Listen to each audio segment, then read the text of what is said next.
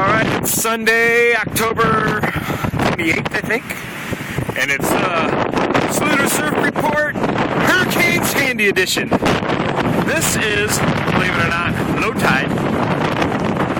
Almost exactly 5 minutes ago.